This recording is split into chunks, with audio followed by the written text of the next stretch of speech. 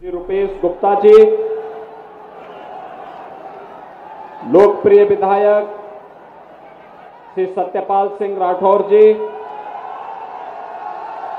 हमारे फर्रुखाबाद संसदीय क्षेत्र से जुड़े हुए सभी मान्य विधायकगण, डॉक्टर सुरभि गंगवार जी, श्री सुशील साक्य जी, श्री नागेंद्र सिंह राठौर जी, जिला पंचायत अध्यक्ष फर्रुखाबाद श्रीमती मोनिका यादव जी, चेयरमैन अलीगंज श्री सुजीत गुप्ता जी, विधानसभा के प्रभारी सुबोध यादव जी, लोकसभा के प्रभारी अजय धाकरे जी, जिला प्रभारी शिव महेश दुबे जी, लोकसभा संयोजक दिनेश कटियार जी, सह संयोजक डॉक्टर सर्वेश कठेरिया जी, भारतीय जनता पार्टी के सभी पदाधिकारीगण, भारी संख्या में आज अपना आशीर्वाद प्रदान करने के लिए उपस्थित फर्रुखाबाद लोकसभा क्षेत्र से जुड़े हुए समेत मेरे उपस्थित बहनों और भाइयों, मैं सबसे पहले इस पावन धरा को, जिसे मां गंगा, जिस क्षेत्र का अभिषेक स्वयं करती हो, इस पावन धरा को नमन करते हुए इतनी भारी धूप के साथ ही कल ही एटा में लोकसभा का चुनाव एटा संसदीय क्षेत्र का हुआ है। साधन वाहन नहीं थे, और सबके बावजूद आप सबकी उपस्थिति हम सबको आनंदित करती है, अभिभूत करती है। मैं इसके लिए आपका हृदय से अभिनंदन करता हूं, स्वागत करता हूं। बहनों और भाइयों, मुझे देर इसीलिए हुई, मैं सोच रहा था कि एटा में तो कल लोकसभा का चुनाव हुआ है और अगल बगल चुनाव था, तो स्वाभाविक रूप से आपकी भी व्यस्तता रही होगी, साधन लगे होंगे, वाहन चुनाव में लगे होंगे, तो हमारी चुनावी सभा में कौन और कैसे आएगा। लेकिन मुझे अभी यहां पर बताया गया है, श्री सत्यपाल सिंह राठौर जी के द्वारा बताया गया कि लोग अपने साधन से, अपने वाहन से, किसी प्रकार से ट्रॉली ट्रैक्टर से बैठ करके और लंबी दूरी तय करके यहां पर आए हैं। ये लोकतंत्र के प्रति आप सबकी आस्था को तो व्यक्त करता ही है, लेकिन साथ साथ देश के अंदर जो चल रहा है ना वर्तमान में, पूरा चुनाव आज राम भक्तों के बीच में और राम द्रोहियों के बीच में बढ़ करके रह गया है। एक तरफ राम भक्त है जो कहते हैं हम भारत की सुरक्षा के लिए, भारत के सम्मान के लिए, गांव, गरीब, किसान, नौजवान, महिलाओं के उत्थान के लिए, गरीब कल्याण के लिए कार्य करेंगे, और दूसरी तरफ रामद्रोही है, कहते हैं हमारी राम में आस्था नहीं, राम मंदिर बेकार बन गया, यही बोल रहे हैं। और जब इनको सत्ता में आने का अवसर प्राप्त होता है तो बहनों और भाइयों, ये हर जगह डकैती डालने में बड़े माहिर होते हैं, और इसीलिए ये रामद्रोही बातों से नहीं मानते हैं, और इसीलिए हमने इसके लिए एक नया आविष्कार किया है, और वह आविष्कार आपके सामने खड़ा है।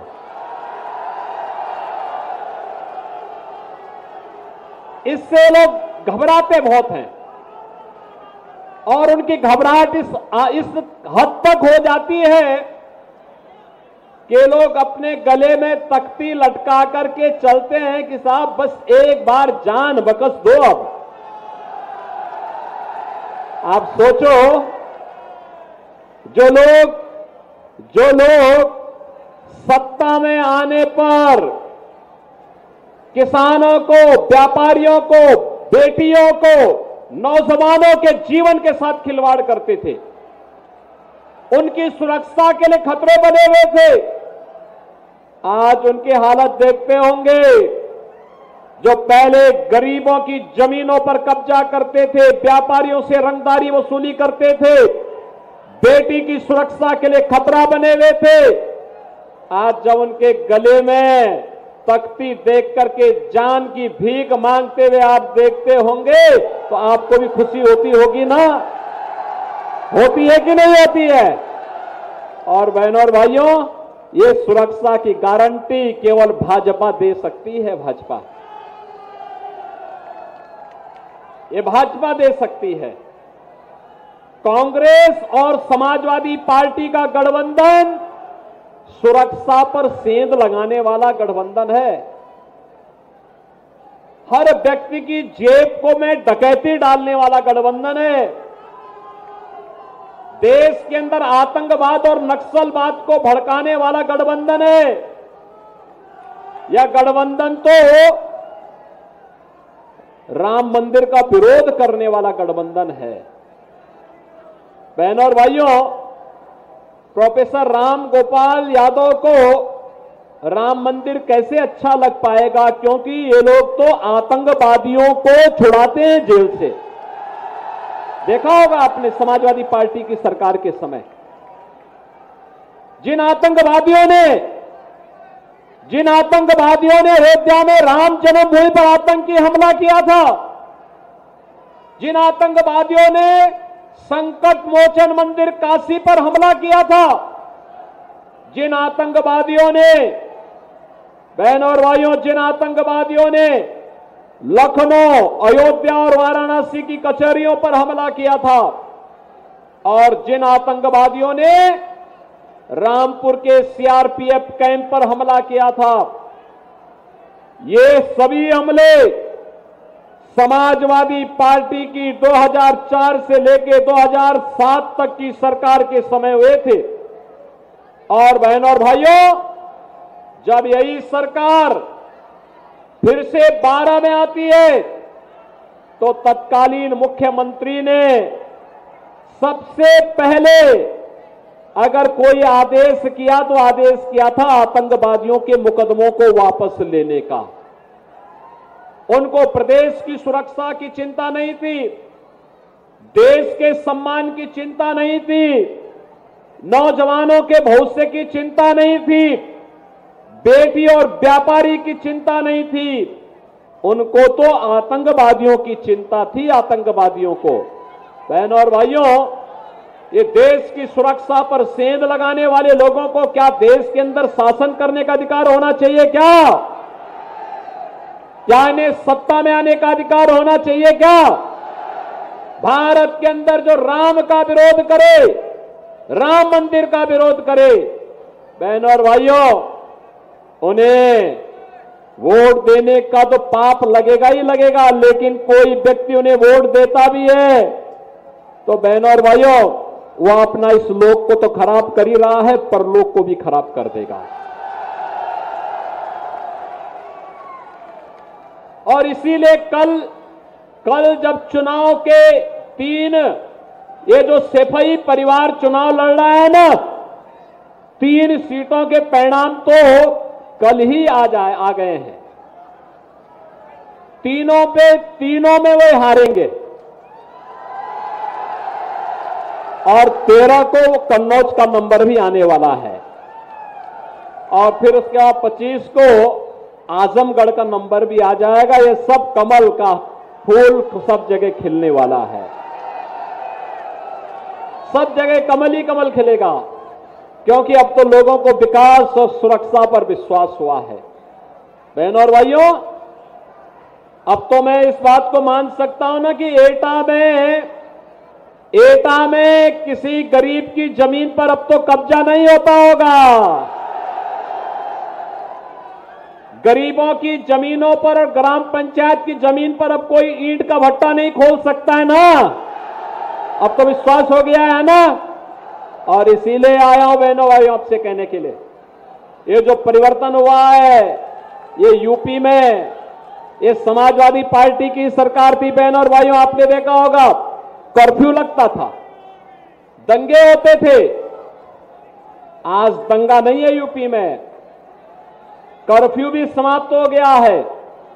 अब तो आपने देखा होगा जो समाजवादी पार्टी और कांग्रेस के लोग पहले कावड़ यात्रा को रोकते थे, हमने कावड़ यात्रा को धूम धड़ाके के साथ चलाने की अनुमति दे दी है और यह भी कहा है कि कावड़ यात्रा चलेगी ही नहीं बल्कि उस पर पुष्प वर्षा भी हेलीकॉप्टर से होना चाहिए। बहनों और भाइयों, आज मैं इसीलिए जब आपके यहां आया तो मैं उसी हेलीकॉप्टर को लेकर आया जो आप पे पुष्प वर्षा करता है कावड़ यात्रा में। और मैं आपसे ये कहने के लिए आया हूं, आज विरासत भी है और विकास भी है। अयोध्या में राम मंदिर का निर्माण हो, सोरो धाम का पुनरुद्धार हो, संकिसा के बारे में किया जाने वाला विकास का कार्य हो, या काशी विश्वनाथ धाम का निर्माण, या मां विंध्यवासिनी धाम, या सुख तीर्थ, या नैमिष तीर्थ के विकास का कार्य, ये विकास के कार्य विरासत को सम्मान देने का कार्य है। क्योंकि मोदी जी ने कहा है गुलामी के अंशों को समाप्त करेंगे और विरासत का सम्मान करेंगे। ये विरासत यही है कि हम अपने धामों को, अपने तीर्थों को, अपने आराध्य देवों के पवित्र स्थलों को, अपने महापुरुषों से जुड़े हुए स्थलों का पुनरुद्धार करेंगे, उनका सुंदरीकरण करेंगे। और विकास वही है जो हाईवे के रूप में, रेलवे के रूप में, मेट्रो के रूप में, one district one medical college के रूप में, IIT, IIM, AIIMS, NIT, triple IT या वर्ल्ड क्लास यूनिवर्सिटी के रूप में, हर घर नल की योजना के रूप में जो आपको प्राप्त हो रहा है, ये विकास है। विकास के बारे में अभी मुकेश राजपूत भी बोल रहे थे और सत्यपाल सिंह राठौर भी कह रहे थे कि हमें 4 लेन से जुड़ना है। हमने कहा आपका काम हो गया, चिंता मत करिए, सब काम तो धड़ल्ले से होते हैं, इसकी चिंता नहीं करनी है। चिंता जनता जनार्दन की चिंता जनप्रतिनिधि करे और सुरक्षा और विकास की चिंता हम लोग लखनऊ और दिल्ली में बैठ करके कर लेंगे।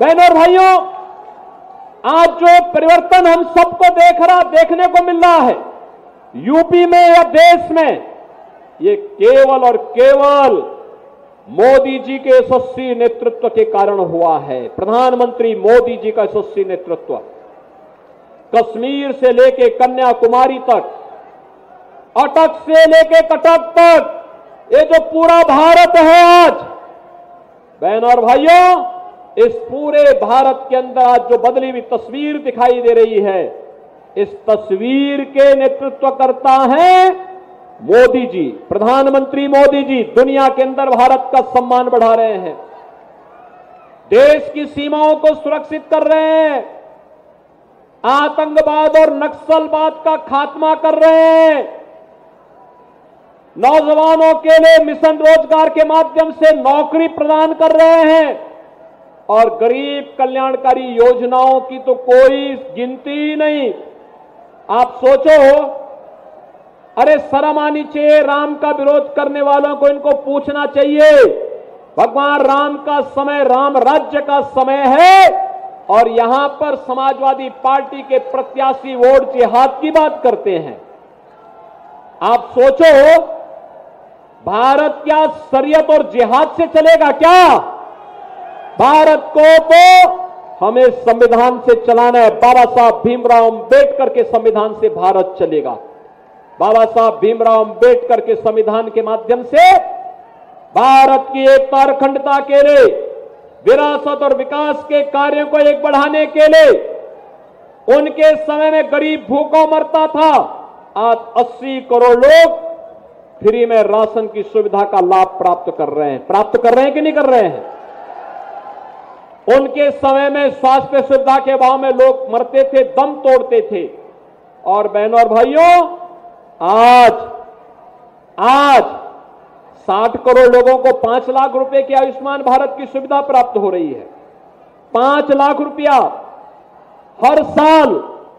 और हमने यूपी में एक व्यवस्था और कर रखी है, अगर कोई व्यक्ति बीमार होता है, आयुष्मान का कार्ड नहीं है, पैसा नहीं है, तो हम लोग कहते हैं वो कोई विधायक, कोई सांसद, कोई पूर्व विधायक, कोई भाजपा का जिलाध्यक्ष, कोई पूर्व सांसद या फिर पीड़ित स्वयं भी हमें पत्र लिख देता है कि बीमार हैं, उपचार नहीं करा पा रहे हैं, तो हम कहते हैं चिंता मत करो, हम आपके अकाउंट में पैसा भेज रहे हैं। सीधे उसके अकाउंट में पैसा भेज के कहते हैं जाओ अपना उपचार कराओ। बहनों और भाइयों, किसी अपने प्रदेश के नागरिक के साथ उसके सुख दुख में सहभागी बनना, ये तो हमारे जीवन का ध्येय है और ये हम मानते हैं कि हमारा सौभाग्य है कि हमें उसकी सेवा करने का अवसर प्राप्त हुआ है, क्योंकि उसका एक ऋण है हम पर कि उसने इस सरकार को बनाने में अपना आशीर्वाद दिया है, तो वह ऋण चुकता करने का काम उसके अकाउंट में पैसा भेज करके हम करते हैं कि नहीं आप अपना उपचार कराइए, चिंता सरकार करेगी। बहनों और भाइयों, इस समाजवादी पार्टी की सरकार के समय एक गरीबों के लिए जितना पैसा आता था, ये जितने महाभारत के रिश्ते इनके परिवार में है, कोई काका है, कोई भतीजा है, कोई और भी मामा है, कोई कुछ और भी है, तमाम रिश्ते हैं, सभी जो रिश्ते इसमें चुनाव भी लड़ रहे हैं, ये सभी हड़प जाते थे। नौकरी आती थी, कोई चाचा कहीं निकल रहा है, कोई भतीजा कहीं झोला लेके निकल रहा है और नौजवानों की नौकरी को ही हड़प जाते थे। और तो बहनों और भाइयों, जनता जनार्दन ने 2014 में मोदी जी को चुना और 2017 में मोदी जी के आह्वान पर उत्तर प्रदेश के अंदर भारतीय जनता पार्टी की सरकार लेकर के आए और आज हम लोगों ने संकल्प लिया कि नौजवान की नौकरी पे सेंध लगाने वाला जेल जाएगा और उसकी संपत्ति को हम लोग वापस लेकर के उसको गरीबों में बांटने का काम करेंगे। इस समाजवादी पार्टी की पीड़ा क्या है बहनों और भाइयों? इसकी पीड़ा, सबसे ज्यादा पीड़ा इनकी तो यह है कि जो इनके गले के हार थे उन माफियाओं के खिलाफ कार्रवाई क्यों हो रही है? क्योंकि ये लोग व्यापारियों को प्रताड़ित करते थे, ये लोग नौजवानों के भविष्य के साथ खिलवाड़ करते थे, ये लोग किसानों की रकम को हड़प जाते थे, ये बेटी की सुरक्षा पे सेंध लगाते थे। और आज आपने देखा होगा समाजवादी पार्टी की सरकार के समय इलाहाबाद के विधायक राजू पाल की किस निर्ममता के साथ हत्या हुई थी और हत्यारों को इस सपा की सरकार बचाने का कार्य कर रही थी। कैसे सर्वदेव कल्याण सिंह जी की मृत्यु हुई, समाजवादी पार्टी ने एक भी शब्द संवेदना के व्यक्त नहीं किए। और बहनों और भाइयों, एक तरफ राम भक्त पूर्व मुख्यमंत्री कल्याण सिंह की मृत्यु पर समाजवादी पार्टी संवेदना व्यक्त नहीं करती है, वहीं अभी आपने देखा होगा एक माफिया मरा था, उस माफिया के घर में घड़ियाली आंसू बहाने के लिए समाजवादी पार्टी के नेता गए हुए थे। ये माफिया समर्थक हैं, ये माफियाओं की पैरवी करते हैं, वे माफिया जो गरीबों का खून चूसते हैं उन माफियाओं को ये लोग पैरवी करते हैं, तो इनसे सुरक्षा की उम्मीद करते हैं आप। इसलिए बहनों और भाइयों, मैं आप सबसे अपील करने के लिए आया हूं, ये गरीब कल्याण हो या विकास, सुरक्षा हो या सम्मान, विरासत हो या विकास, ये केवल और केवल भाजपा कर सकती है। और इसलिए भारतीय जनता पार्टी आपके पास आई है। पूरे देश के अंदर मोदी जी के नेतृत्व में एक ही लहर है और वह है कि फिर एक बार मोदी सरकार का। बहनों और भाइयों, मोदी सरकार के लिए आप सबको मुकेश राजपूत बनना पड़ेगा 13 मई तक। सहमत है? बनेंगे? सबको बनना पड़ेगा। मोदी जी का और योगी जी का प्रतिनिधि बनना पड़ेगा, घर घर जाना पड़ेगा, और घर घर जाकर के लोगों को हमारी अपील सुनानी पड़ेगी कि देश के विकास का चुनाव है। ये चुनाव केवल चुनाव नहीं है बहनों और भाइयों, ये केवल सत्ता प्राप्त करने के लिए नहीं है। भारत को विकसित भारत के रूप में स्थापित करने का, आत्मनिर्भर भारत के रूप में स्थापित करने का चुनाव है। आत्मनिर्भर और विकसित भारत का संकल्प केवल भाजपा का है। ये कांग्रेस और सपा के लोग तो उधर सोच भी नहीं सकते। इनके लिए सत्ता इसलिए चाहिए जिससे कांग्रेस के लोग या सपा का परिवार अपने परिवार के लोग धन धान्य से पूर्ण कर सकें, और भाजपा को सत्ता इसलिए चाहिए जिससे आपका वर्तमान भी सुधरे, आने वाली पीढ़ी का भविष्य भी उज्जवलमय हो, मंगलमय हो। इसलिए भारतीय जनता पार्टी आत्मनिर्भर और विकसित भारत की बात कर रही है, और उस विकसित भारत के लिए आज हम सब आपके पास आए हैं। आप सभी सहमत हैं ना? भारत विकसित होना चाहिए ना? आत्मनिर्भर होना चाहिए ना? और आत्मनिर्भरता के लिए आपको कमल चुनाव चिन्ह पर वोट देना होगा। सहमत हैं? घर घर जाएंगे, मतदान के दिन पहले मतदान फिर जलपान के संकल्प के साथ जुड़ेंगे। सभी लोग जुड़ेंगे? सभी लोग सहमत हैं? आपने विधानसभा चुनाव में समर्थन दिया, अब लोकसभा चुनाव में उससे ज्यादा वोटों का आपका आशीर्वाद प्राप्त होगा। सभी का होगा ना? तो बहनों और भाइयों, चुनाव के बाद फिर मैंने कहा है सत्यपाल सिंह राठौर से भी और मुकेश राजपूत से कि मैं आऊंगा यहां की योजनाओं का शिलान्यास उद्घाटन करने के लिए। तो उसके लिए अभी से तैयारी करिए, और मुकेश राजपूत को इतने भारी बहुमत से विजयी बना करके भेजिए कि जो जिहाद की वकालत करने वाले लोग हैं, इन सब की जमानत जब्त हो जाए और आगे से चुनाव लड़ना ही ये लोग भूल जाए। सहमत है ना? तो फिर मेरे साथ बोलेंगे, भारत माता की, भारत माता की, भारत माता की।